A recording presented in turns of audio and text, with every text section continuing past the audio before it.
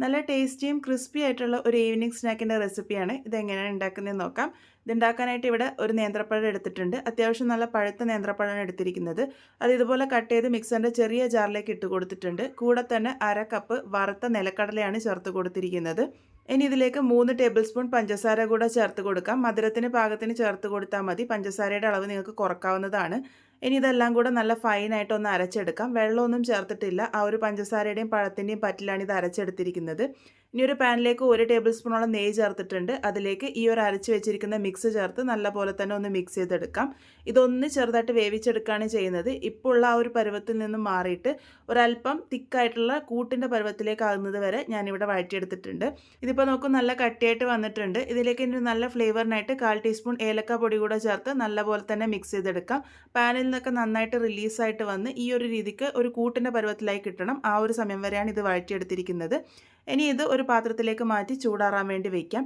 ഇനി ഇതിനായിട്ട് ഒരു കൂട്ടിൻ്റെ ആവശ്യമായിട്ടുണ്ട്. അതിനായിട്ട് ഒരു പാത്രത്തിലേക്ക് 2 ടേബിൾ സ്പൂൺ മൈദയും കൂടെ തന്നെ 2 ടേബിൾ സ്പൂൺ കോൺഫ്ലോറും ചേർത്തിട്ടുണ്ട്. ഇനി ഇതിലേക്ക് ആവശ്യത്തിന് വെള്ളമൊഴിച്ച് നല്ല ലിക്വിഡ് ആയിട്ടുള്ള കൂട്ടൊന്ന് തയ്യാറാക്കി എടുക്കാം. നല്ല ലിക്വിഡ് ആയിട്ടുള്ള കൂട്ടാണ് വേണ്ടത്, ഒരുപാട് കട്ടിയുള്ളതല്ല. ഇതൊന്ന് ജസ്റ്റ് കവർ ചെയ്തെടുക്കാൻ വേണ്ടി പറ്റുന്ന ആ ഒരു രീതിക്കുള്ള സ്ലറിയാണ് തയ്യാറാക്കി എടുക്കേണ്ടത്. ഇതിപ്പോൾ പാകത്തിന് റെഡി ആയിട്ടുണ്ട്. പിന്നെ ആവശ്യമായിട്ടുള്ളത് കോൺഫ്ലേക്സ് ആണ്. കോൺഫ്ലേക്സ് ഇതുപോലെ ഞാനൊന്ന് പൊടിച്ചെടുത്തിട്ടുണ്ട്.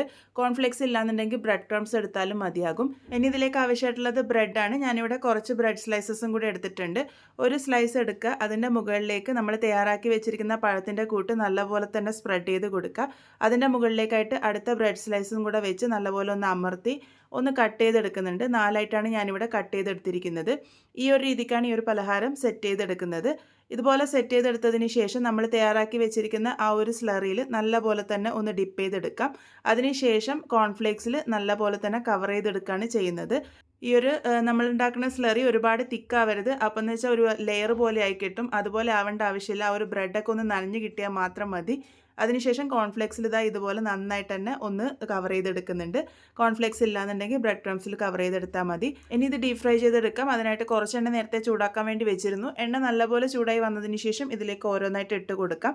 ഇട്ട് കൊടുത്തതിന് ശേഷം മീഡിയം ഫ്ലെയിമിൽ വെച്ചിട്ട് വേണം കുക്ക് ചെയ്തെടുക്കാൻ വേണ്ടിയിട്ട്. ഒരുപാട് ലോ ഫ്ലെയിമിൽ വെച്ച് കുക്ക് ചെയ്യേണ്ട ആവശ്യമില്ല. ഇതിലേക്ക് കാര്യമായിട്ടൊന്നും വേവാനൊന്നുമില്ല. ആ ഒരു പുറമേ ഒന്ന് ക്രിസ്പി ആയിട്ട് കിട്ടണം, അത്ര മാത്രമേ ഉള്ളൂ. അപ്പോൾ മീഡിയം ടു ഹൈ ഫ്ലെയിമിൽ വെച്ചിട്ട് എല്ലാ ഭാഗവും നന്നായിട്ടൊന്ന് മൊരിയിച്ചെടുത്താൽ മാത്രം മതി. ഒരുപാട് ലോ ഫ്ലെയിമിൽ വെച്ച് ഇത് എണ്ണ കുടിക്കാനുള്ള സാധ്യതയുണ്ട്. ഇതുപോലെ നല്ലൊരു ഗോൾഡൻ ബ്രൗൺ കളർ ആകുന്നത് വരെ ഫ്രൈ ചെയ്തെടുത്തിട്ടുണ്ട്. നല്ല ക്രിസ്പി ആയിട്ടുള്ള നമ്മളുടെ പലഹാരം ഇവിടെ റെഡി ആയിട്ടുണ്ട്. ആ ഒരു ഉള്ളിലത്തെ പഴത്തിൻ്റെ ഫില്ലിങ്ങും ഈ ഒരു ബ്രെഡും ഒക്കെ കൂടെ വരുമ്പോൾ നല്ല രുചിയാണ്. എന്തായാലും ട്രൈ ചെയ്ത് നോക്കൂ. ട്രൈ ചെയ്ത് ഫീഡ്ബാക്സ് ഒക്കെ പറയാൻ മറക്കരുത്.